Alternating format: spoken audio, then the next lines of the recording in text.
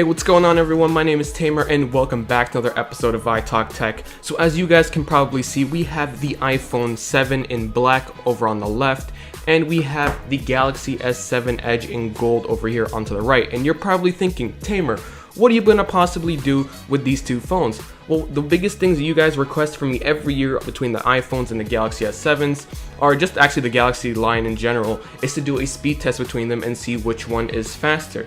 Now, both these phones, as a disclaimer, are very fast, but just to have some fun, we're going to go ahead and check out this speed test and see which phone really truly is faster. So the first thing we're going to do is do a fingerprint test.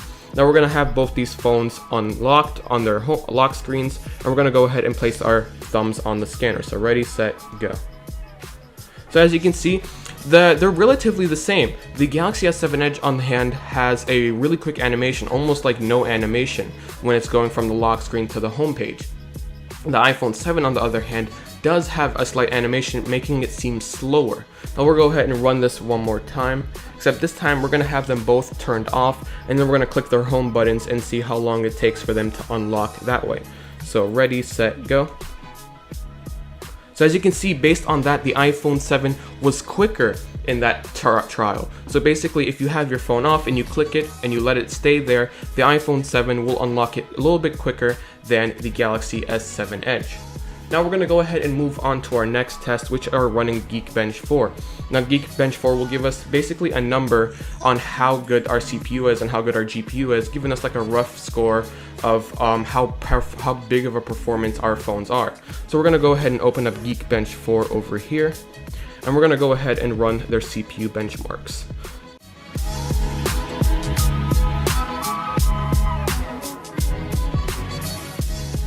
So as you can see, the iPhone 7 finished up its test way before the Galaxy S7 Edge did, and it scored actually a pretty decent 3,485 single-core score and a 5,624 multi-core score. Now these are pretty big improvements on the iPhone 7 in terms of processing power, especially in that multi-core score. Now usually what happens in previous iPhone 7 releases and Galaxy lineups is that the iPhone would usually have a higher multi-core score than the Galaxy S7 Edge, but would usually fall back in terms of multi-core score. So we're gonna have to really see in terms of the Galaxy S7 Edge what it can pull off and see if it can beat it in any terms of single-core score or multi-core score. Alright, so the Galaxy S7 Edge just finished up its benchmark test, and as you can see, the scores are pretty crazy. So the Galaxy S7 Edge came in with 1,708 single-core score compared to the iPhone 7's 3,485. I mean, that's almost half of the score. Now if we look at the multi-core score, I'm getting 4,048 on the Galaxy S7 Edge, whereas on the iPhone 7 we're getting 5,624. So in terms of raw processing power, the iPhone 7 is just killing it in Geekbench 4. Now Geekbench 4 doesn't really mean anything, this is just a number. It really comes up to what happens in real life, how fast apps load, how fast export times are, how fast it can demand graphics in games. So we're going to be doing that in later tests. Alright, now to test the real performance of these two phones, we need to give it something demanding. Something like exporting video, adding filters, making the time, slowing down a video. All these things are really demanding on the processing and the GPU. So what are we going to do? Well, I have a video on both of these devices that's about 21 seconds long. It's just a straight up black video, nothing really, it's just 1080p and it's flat. So we're going to be putting these through Adobe Premiere Clip, an app available on both these phones. Now what we're going to be doing is we're going to be basically slowing down the video, so taking it from 20 seconds to about maybe a minute and 20 seconds, just as slow as Adobe can handle it, and then we're going to be applying a filter on top of that, and then we're going to be saving it back onto the device. Now we're going to be seeing how long it takes to save those two clips back onto the device with the new format. So I'm going to go ahead and start this test. Now you guys might be thinking, oh Tamer, you started the iPhone later than the Galaxy S7 Edge. Well, it doesn't really matter which I started like a second or not. You'll see right now that the iPhone is just gonna really outpace the Galaxy S7.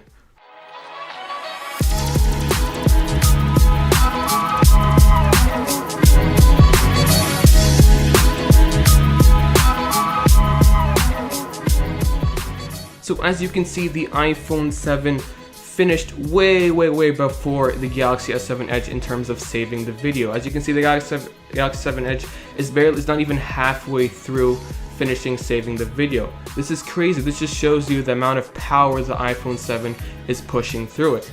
Now, I did something else for fun. I basically took that video that I exported, that was 1:20, then I slowed it down, added another filter on top of that just to see if it could beat the Galaxy S7 Edge while it's still doing the first video.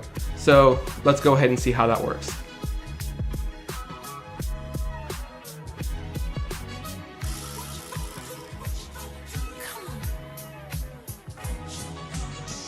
Alright, so the Galaxy S7 Edge just finished, and as you can see, it took a long time. Now, if you look at it in comparison with the iPhone finished its first video and is almost 75 to 80% done exporting the second video, which is a lot more demanding since it's a bigger amount of time. It's about roughly 3 to 4 minutes, and it has another filter on top of that. I mean, that's just crazy. That just shows you the power of the iPhone 7. The Galaxy 7 Edge is not a slow device, but it just shows you their performance in terms of one another. Alright, so we're going to be heading off into the next section of this speed test. We're going to be opening up a couple of apps and seeing which one opens them up quicker. So we're going to start off with everyone's favorite app, Amazon. I mean, I basically have my whole life into Amazon. So we're going to go ahead and see which one opens quicker. So ready, set, go. So it looks like the Galaxy S7 Edge seemed to be just a hair quicker than the iPhone 7. Let's go ahead and move on to the next one. Now we're going to keep these apps left in the background so we can open up some more apps. We're not going to close them and then cancel out their threads or go into multitasking and cancel them out. We're just going to keep them in the background running. So the next thing we're going to open up is Temple Run 2. So we'll go ahead and open that up. So ready, set, go. Alright, now this is a game. Now let's see which one will load games up quicker. So it seems like the iPhone 7 is starting to load faster than the Galaxy S7 Edge. And it does look like the iPhone 7 will finish roughly maybe about 1-2 seconds. No, about maybe 2.5 to 3 seconds after the Galaxy S7 Edge. So the iPhone 7 is quicker to open up Temple Run 2. So that gives you a little bit of information about how games will run. So the next one we're going to open up is Spotify. So let me just find Spotify over here. So Spotify, ready, set, go. Well, let's see which one opens this one up.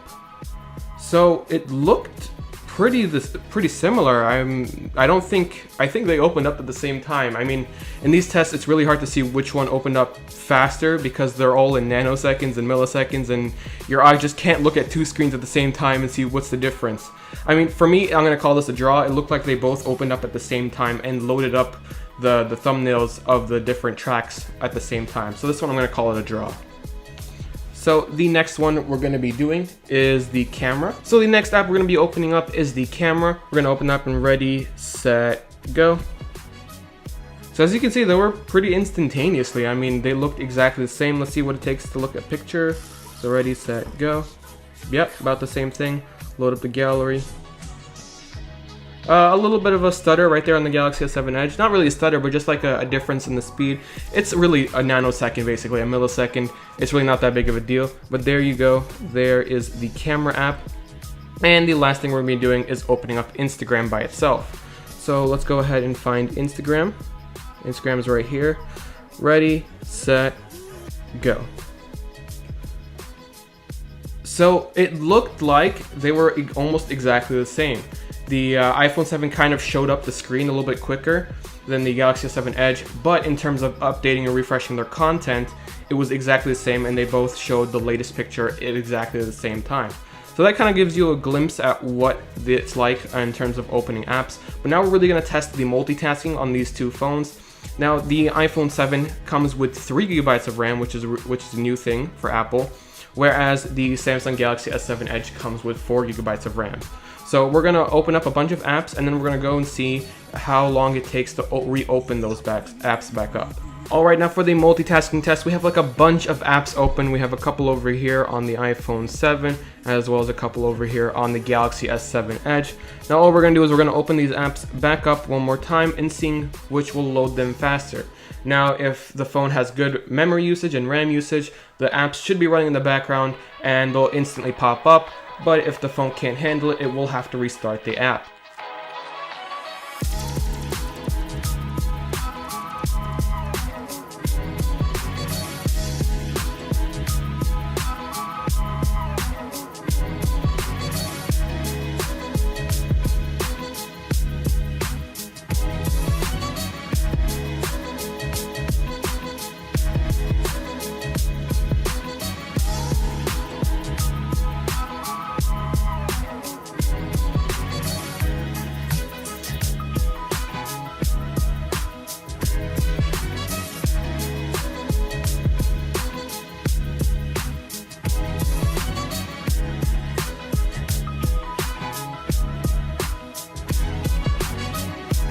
So as you can see, the iPhone 7 and the Galaxy S7 Edge are pretty on par in terms of speed tests. Now, there are in some situations where the iPhone 7 is slightly quicker than the Galaxy S7 Edge in terms of just opening apps and the opening animations, whereas the Galaxy S7 Edge, when you open up an app, it tends to sit there for like a second and then opens up the app. But overall, they seem to be pretty on par, and I've only tested these with maybe about 10, 15 apps open at the same time. Now, this could be slightly different if 30 apps are open at the same time, as that's when the RAM starts to kick up, and it's like, okay, I'm reaching the maximum RAM. But usually, most people don't have 30 apps open at the same time. It's kind of crazy how you would even have more than 30 apps on your phone. I mean, I barely even have maybe 20 apps always on my phone. So yeah, there you go. In terms of performance, there really isn't that big of a difference. In terms of Geekbench 4, we saw that there was a really big difference in terms of multi-core performance, which you might be able to see in better gameplay on the iPhone 7 compared to the Galaxy S7 Edge, which is why Temple Run 2 loaded up much quicker on the iPhone 7, and you should expect better gameplay on the iPhone 7. But that is not to say that the Galaxy S7 Edge is not a competent device either. It's a really great device, it's super quick, and it's, as you can see in certain things, it's on par with the iPhone 7. So thank you guys so much for watching this video. If you enjoyed it, please do drop a like down below. Make sure to also subscribe to this channel for more upcoming videos on the iPhone 7, as well as any other comparisons you guys want me to do with the Galaxy S7 Edge. I thank you guys so much for watching. Leave your comments down below as to what you guys think, what phone you're going to be getting, whether you're getting the iPhone 7, iPhone 7 Plus, you're going to get that Galaxy S7 Edge, the Galaxy Note 7 that just blows up all the time. So yeah, leave your comments down below. Thank you guys for watching. Peace out.